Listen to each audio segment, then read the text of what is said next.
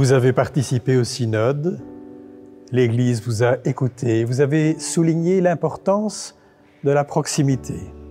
La proximité, c'est en premier lieu l'accueil.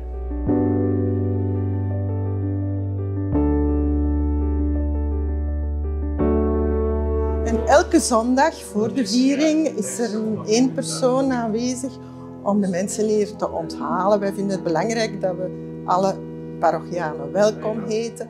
Zo voelen ze zich een beetje meer thuis en willen we ze ook bij naam kennen. Ik weet het, want lang geleden als ik hier kwam wonen, vond ik dat ik anoniem binnenkwam en anoniem na de viering weer buiten ging. En dit is iets wat we willen veranderen.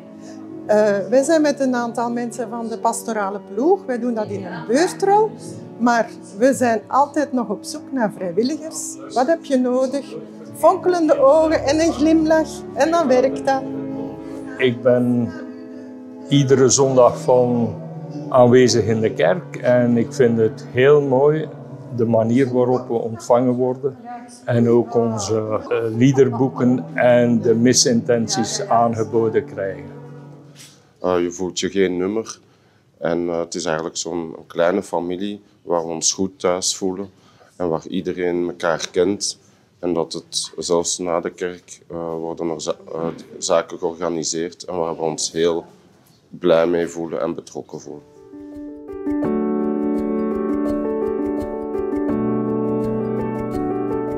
Nous sommes ici dans un lieu bien particulier où nous accueillons des gens isolés ou des gens sans abri ou des personnes en tout cas qui ont besoin d'être accueillies et pour un petit déjeuner le samedi matin.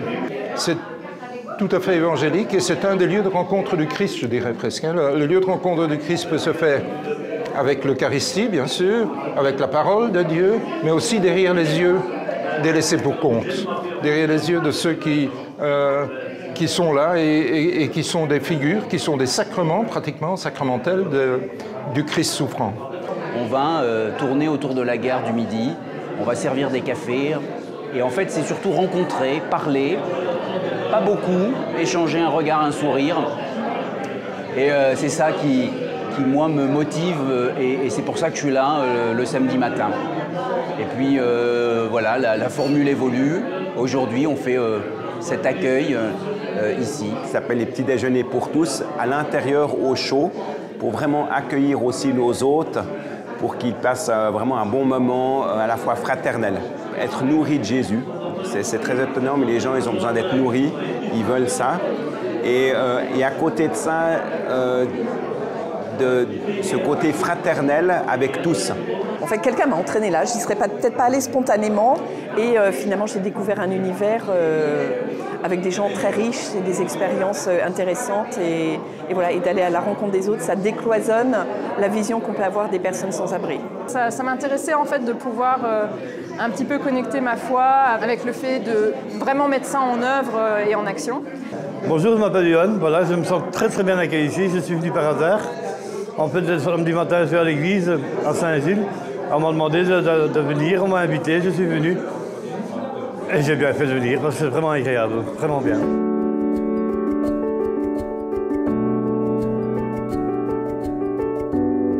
Mais je connais beaucoup de gens qui viennent ici. C'est l'église mélangée pour tout le monde.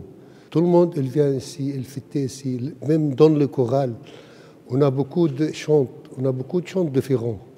Il y a énormément de cultures différentes, ce qui fait que je découvre énormément de langues. Et je les chante aussi, donc c'est assez intéressant. Pendant les grandes fêtes, donc à Noël, à Pâques, récemment on a fait aussi à la Pentecôte. Donc on les fait en plusieurs langues, donc en espagnol, en portugais, en swahili, en togolais, en français aussi, en néerlandais, en anglais, enfin bref, en toutes les langues. Donc c'est assez beau.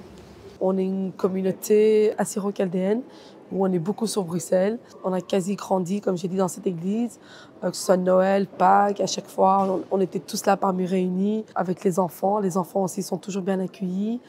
Et puis moi, personnellement, dès que je me sens pas bien, je viens toujours dans cette église et je me sens mieux. Et puis venir dans la maison du Seigneur, c'est toujours un grand bonheur pour tout le monde. Je me sens vraiment très accueillis ici parce qu'il y a diverses nationalités. Chacun a sa place. Et depuis installer la première crèche à style chinois, au pied de la croix. احنا جينا من العراق وقعدنا بالأتربك وكثير دا يجون العالم هنا. Donc c'est une église, quand tu arrives là, déjà tu es bien accueilli. Et puis les gens ils sont chaleureux, ils sont très aimables. Yo pertenezco a la comunidad española y nosotros tenemos la misa todos los domingos. Previo a eso también está la comunidad francófona, pero también en actividades especiales, por ejemplo, a fin de año o a Pentecostés, también las actividades se realizan con todas las comunidades. O sea que es una iglesia cosmopolita.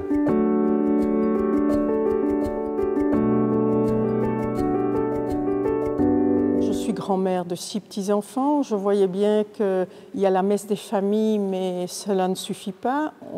On voulait adapter quelque chose de court, mais qui leur parle plus directement. Donc, on a une autre grand-mère qui raconte l'Évangile. On a une autre enseignante qui vient plutôt pour animer les chants, parce que les enfants ont besoin de bouger. Parce que les parents, avec les jeunes enfants, ils n'ont pas tellement leur place dans les grandes célébrations qui durent longtemps. C'est vrai qu'on doit aller assez vite, donc on essaye d'aller à l'essentiel. Clotilde, qui nous accompagne, se déguise, ou elle prend des objets qui parlent aux enfants et elle raconte la parole de Dieu du jour. Même si elle est difficile, nous ne changeons pas, on s'arrange avec les textes et on l'explique. Après la parole, il y a la partie liturgique et eucharistique. Il résume la partie essentielle de la messe.